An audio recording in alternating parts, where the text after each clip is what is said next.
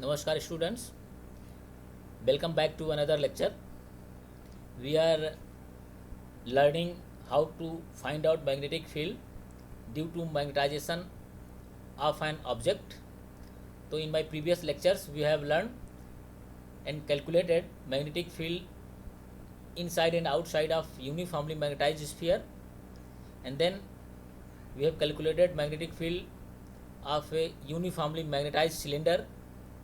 So now in this lecture we will try to find out magnetic field due to non-uniformly magnetized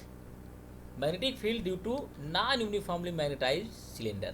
Okay, remember, and this magnetization, obviously there should be some magnetization. So magnetization will be equal to, that is, m is equal to ks square phi unit vector.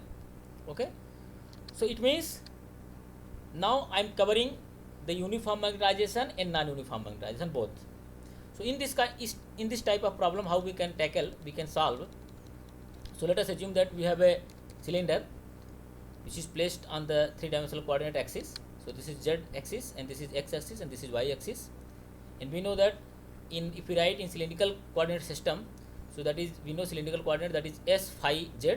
So this is s, and this is phi unit vector, and this is z unit vector.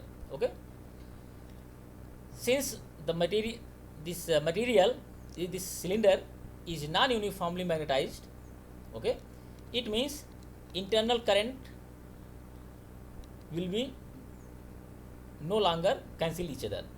It means in this case we will get net magnetization. If we get net magnetization, so magnetization is given. Magnetization is how much? That is equal to, given is, that is m is equal to ks square phi unit vector. Therefore we can find out the volume bound current density or current density due to magnetization. Both are the same. So jb or jm can be find out, that is equal to del cross m. So if we write the curl of m in cylindrical coordinate system, so we can write that is 1 upon s. This m have obviously a three component, one component along the z direction, one component along the phi direction, one component along the s direction. So del upon 1 upon s del mz upon del phi minus del m phi upon del z, s unit vector, plus del ms upon del z minus del mz upon del s along the phi unit vector, plus 1 upon s del upon del s m phi unit vector, m phi minus del ms upon del phi along the z unit vector. Out of these components, if you see, magnetization is along the phi unit vector, that is ks square phi unit vector.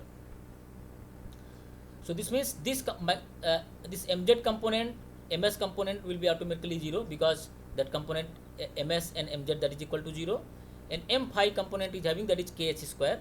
So this means this component may survive and this component may survive, and all remaining component will, all component will become 0. Means these components, if you see, so that is these components, obviously this component will be equal to 0. This obviously, if you see this, so this will be equal to 0. So we can write that is equal to 0.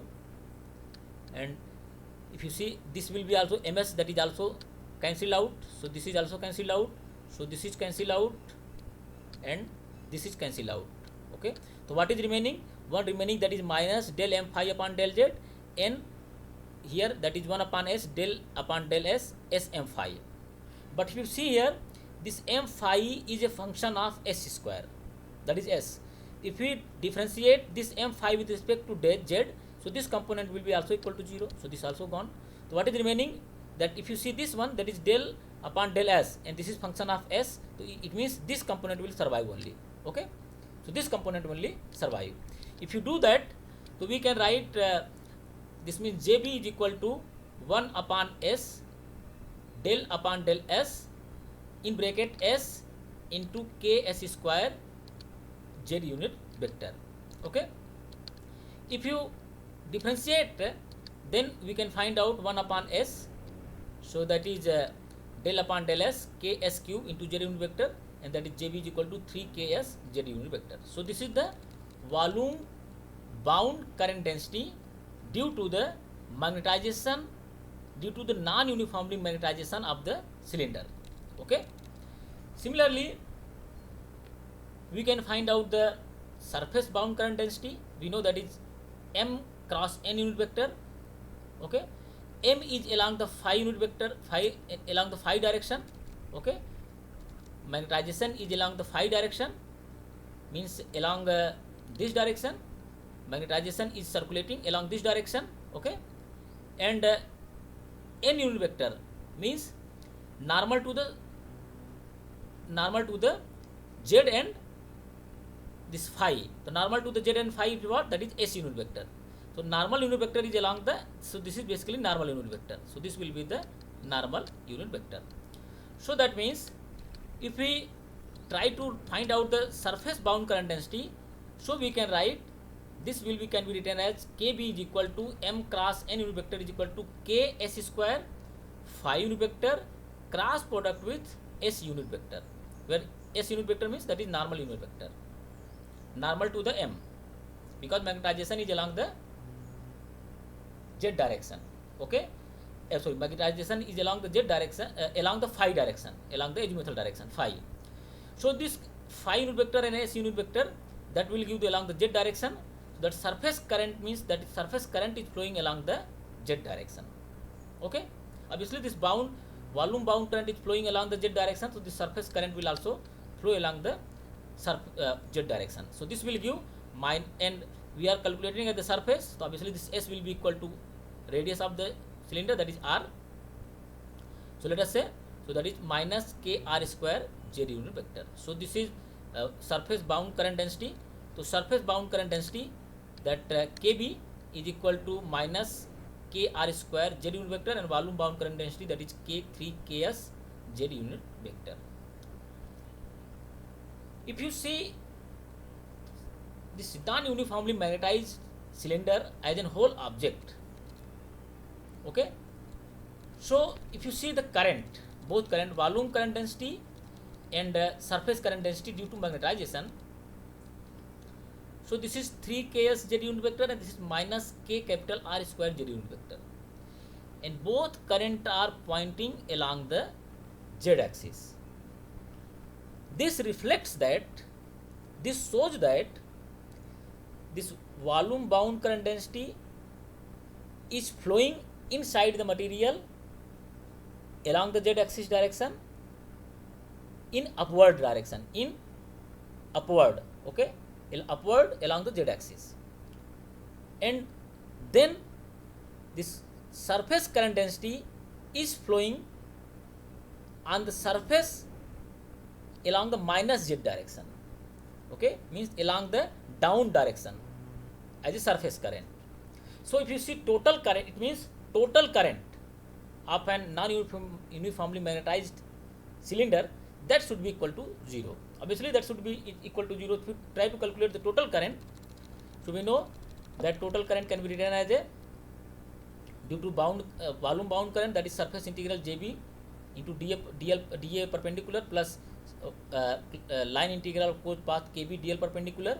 So jb, that is flowing along the z axis and perpendicular length, perpendicular to the z, means area unit vector perpendicular to the z, that is basically the area of the base.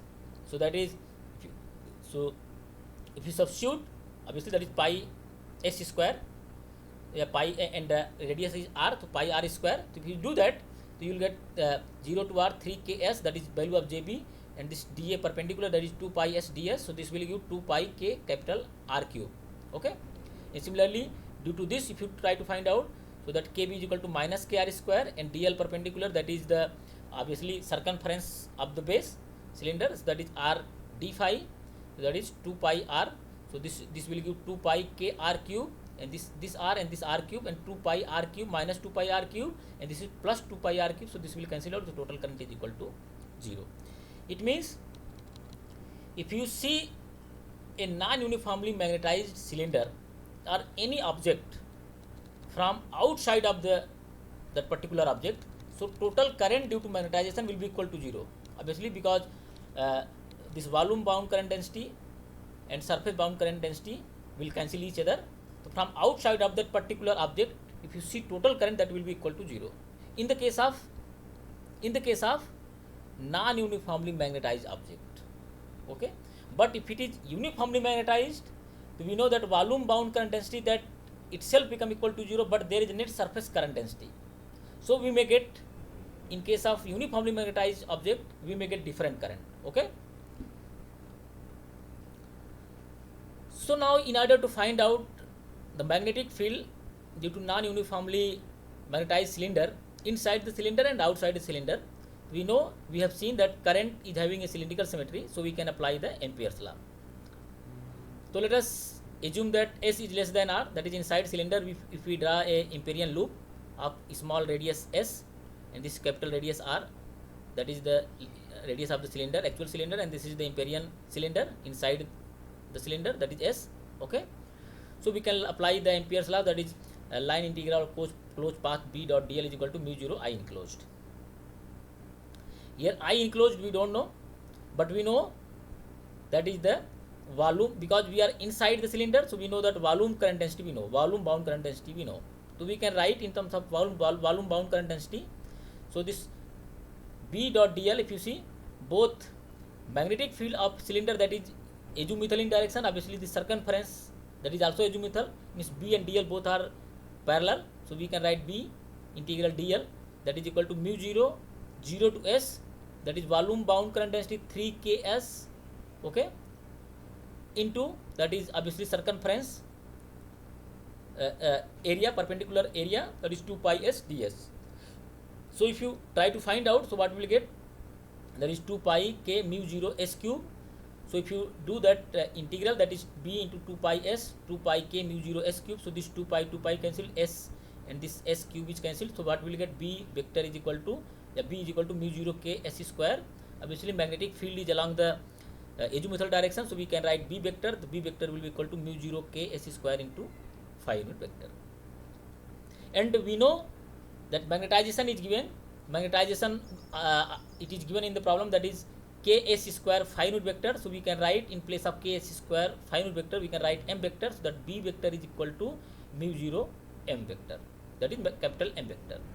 That means magnetic field of a non-uniformly cylinder, that will be along the magnetization direction, that is along the phi direction. Now if you try to find out magnetic field outside of the cylinder, okay, then magnetic field outside of the cylinder, if you see, so in order to do that, we have to again draw an Amperian loop of radius s, but s is greater than r.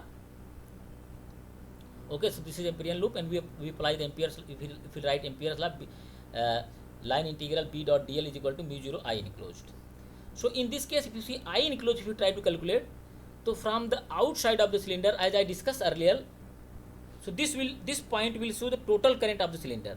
So total current contributes the volume bound current density plus surface bound current density, and both the summation of both current that we have calculated, that is equal to 0. That means in this case, if you try to find out I enclosed when point of observation is outside of the cylinder, so I enclosed will be equal to 0. So therefore magnetic field will be equal to 0 outside of the cylinder. Okay, so I hope you understood what I wanted to convey the message. So if you have any doubt, any suggestion, any comment, please do write on my YouTube channel. Thanking you very much for listening. I hope this lecture fulfill your need. Thanks a lot. Thanking you very much for listening.